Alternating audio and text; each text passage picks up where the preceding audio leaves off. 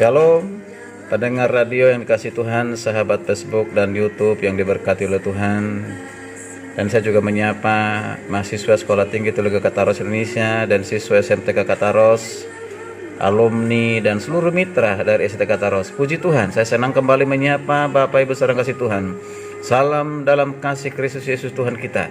Saya Pendeta Albastin putar-putar kembali mengajak Bapak Ibu saudara untuk mendengarkan renungan firman Tuhan melalui program Renungan Pengajaran Kataros Ministry.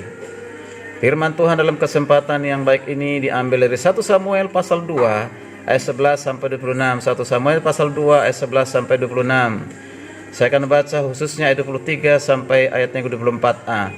Firman Tuhan berkata demikian. Mengapa kamu melakukan hal-hal yang begitu sehingga ku dengar dari segenap bangsa ini tentang perbuatan-perbuatanmu yang jahat itu? Janganlah begitu anak-anakku. Saya ulang, mengapa kamu melakukan hal-hal yang begitu sehingga ku dengar dari segenap bangsa ini tentang perbuatan-perbuatanmu yang jahat itu? Janganlah begitu anak-anakku. Tapi firman dalam kesempatan ini salah didik, fatal akibatnya. Salah didikan, fatal akibatnya. Firman Tuhan yang barusan kita baca, sebelum kita lanjutkan untuk kita mengerti dan diberkati, kita berdoa.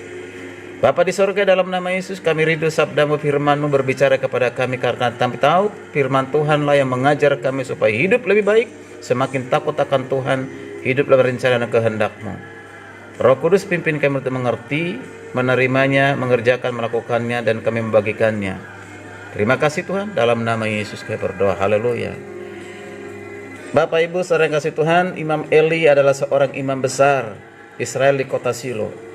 Sebelum ia digantikan oleh Samuel, ia adalah seorang Lewi dari garis keturunan Itamar bin Harun. Sebagai imam, ia bertugas melayani Tuhan dan menjadi perantara antara umat Tuhan. Seorang yang dipilih untuk tugas-tugas keimamatan yang suci dan yang diharapkan mampu menjadi teladan yang baik serta memberi pengaruh besar terhadap suku Israel. Sangat disesalkan nama besar Imam Eli telah tercoreng oleh karena apa? Oleh karena kelakuan anak-anaknya.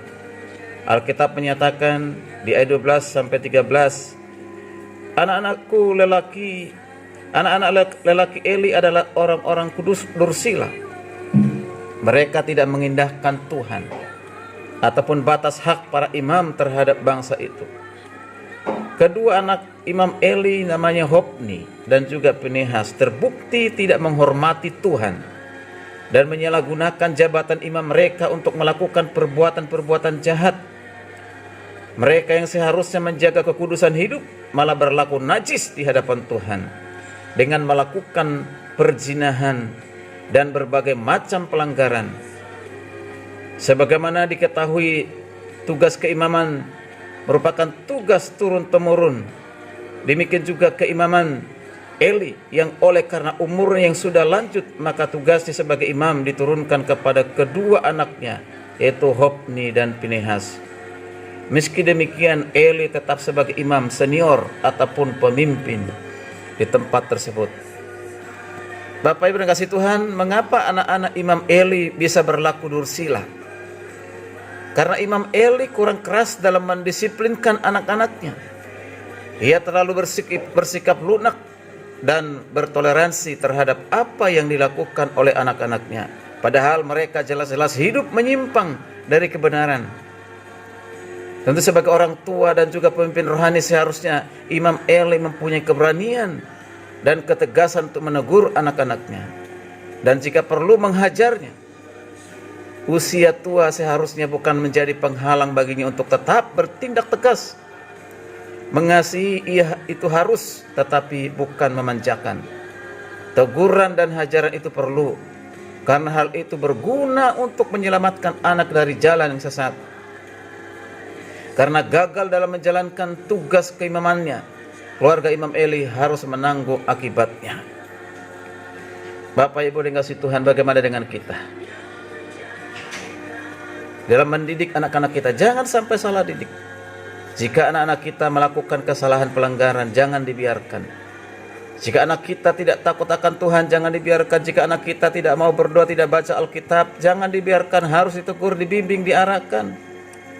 Karena itu akan merusak masa depannya. Tapi kalau kita menegur, itu demi masa depannya. Dia akan menjadi anak yang Tuhan, yang mengasihi Tuhan, takut akan Tuhan.